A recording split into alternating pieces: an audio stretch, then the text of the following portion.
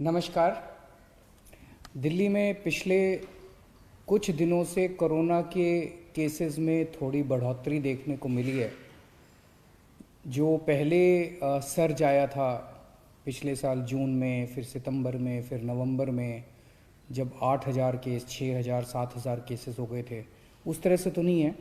लेकिन पिछले कुछ हफ्तों के अंदर एक वक्त ऐसा था जब 100-125 केसेस डेली के ऊपर हम लोग पहुंच गए थे। लेकिन पिछले कुछ दिनों में, खासकर पिछले 3 दिन में, थोड़ी बढ़ोतरी ज़्यादा देखने को मिली है और कल 500 से ज़्यादा केसेस देखने को मिले।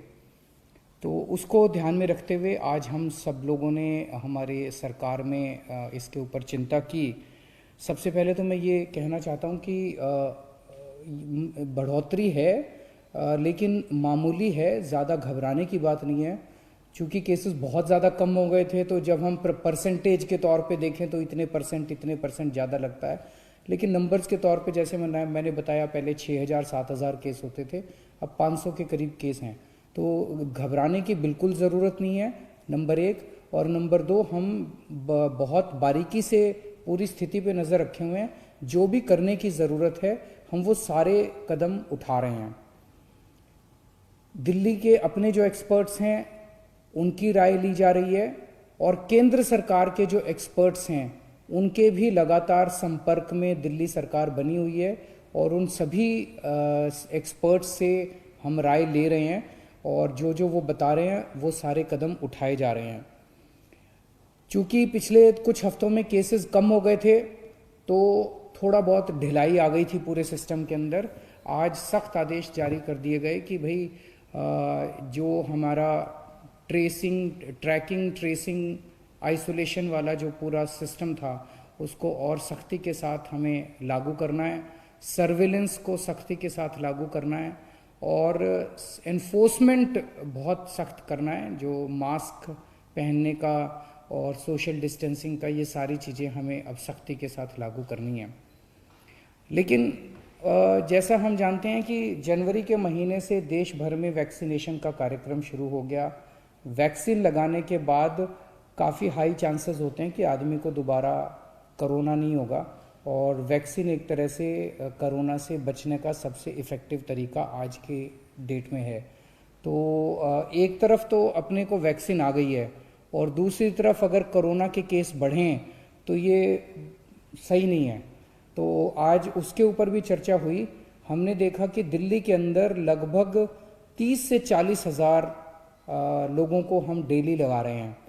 इसमें दोनों चीज़ें हैं। एक तरफ तो हमारे अंदर, सिस्टम के अंदर जो भी कमियां हैं उन कमियों को दूर किया जाएगा ताकि ज़्यादा से ज़्यादा लोगों को वैक्सीन लगाई जा सकें, और दूसरी तरफ जो लोग अभी भी लगवाने में हिचकिचा रहे हैं उनको मैं अपील करना चाहता हूं कि हिचकिचाने की ज़रूरत नहीं है। मैंने भी लगवा लिया वैक्सीन, मेरे माता पिता ने भी लगवा लिया, सब लोग सही हैं, किसी को कोई प्रॉब्लम नहीं हुई। उल्टा अब हम सेफ हो गए हैं कोरोना से। तो एक तो सबको मैं अपील करना चाहता हूं कि सब लोग जो जो एलिजिबल हैं वो वैक्सीन लगवाएं। ये जो 30 से 40 हज़ार पर डे वैक्सीन लग रहे हैं, अब इसको बढ़ा के हम 1.25 लाख पर डे वैक्सीन लगाया करेंगे। अगले कुछ दिनों के अंदर हम इसके लिए अपनी कैपेसिटी भी बढ़ा रहे हैं। नंबर ऑफ सेंटर्स जो अभी लग रहे हैं दिल्ली के अंदर, वो लगभग मोटे मोटे तौर पे प्राइवेट और सरकारी मिला के 500 सेंटर के ऊपर लग रहे हैं। इसको डबल किया जाएगा, 500 से 1000 सेंटर्स के ऊपर हम इसको लेके जाएंगे। जो अभी सेंटर्स पे लग रहे हैं, स्पेशली सरकारी सेंटर्स पे, वो 9 बजे से 5 बजे तक लगते हैं। अब इसको 9 बजे से रात को 9 बजे तक टाइम बढ़ाया जा रहा है ताकि ज़्यादा लोगों को लगाया जा सके। केंद्र सरकार से भी मैं अपील करना चाहता हूं कि अभी उन्होंने जो गाइडलाइंस जारी की हैं सेंटर्स की, वो बहुत ज़्यादा सख्त हैं, जिसकी वजह से नए सेंटर्स खोलने में दिक्कत हो रही है।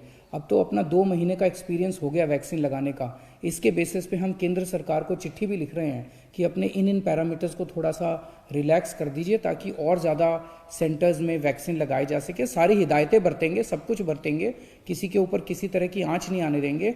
लेकिन जो शुरुआत में वो जो प्रिकॉशंस लिए थे, अब अगर थोड़ा ढील कर दिया जाए तो उसमें नए सेंटर्स खोलने में हम लोगों को मदद मिलेगी।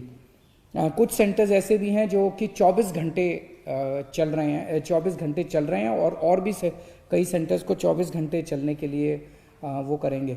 हम आज प्लान कर रहे थे कि केंद्र सरकार से पहले मैं अपील करना चाहता हूँ कि अब वक्त आ गया, ये बड़ी दुर्भाग्यपूर्ण होगा कि एक तरफ हाँ हमारे देश ने वैक्सीन बनाने में इतनी बड़ी लीड ली है, हमारे डॉक्टर्स ने, हमारे साइंटिस्ट्स ने इतना अच्छा काम किया, और दूसरी तरफ अगर देश के अंदर कोरोना के केस बढ़ गए तो ये तालमेल नहीं खाती बात, ये हजम नहीं होती बात।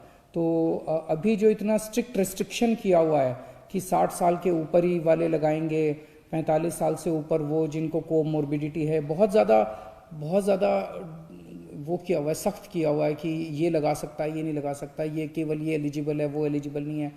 मेरा उनसे निवेदन है कि अब हमारे देश के अंदर काफ़ी प्रोडक्शन वैक्सीन का बढ़ गया है और अब ये वैक्सीन खोल देनी चाहिए।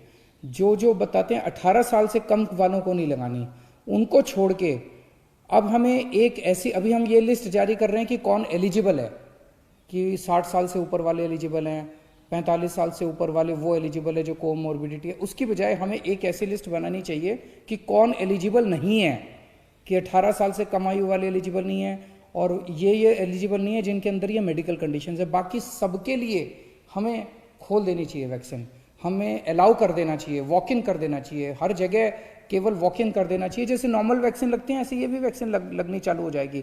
अगर केंद्र सरकार अलाउ कर देती है वैक्सीन लगवाना किस सबको, और अगर हमें वैक्सीन की सफिशेंट सप्लाई मिल जाती है तो आज हम लोगों ने प्लान बनाया कि हम 3 महीने के अंदर पूरी दिल्ली को वैक्सीन लगा सकते हैं।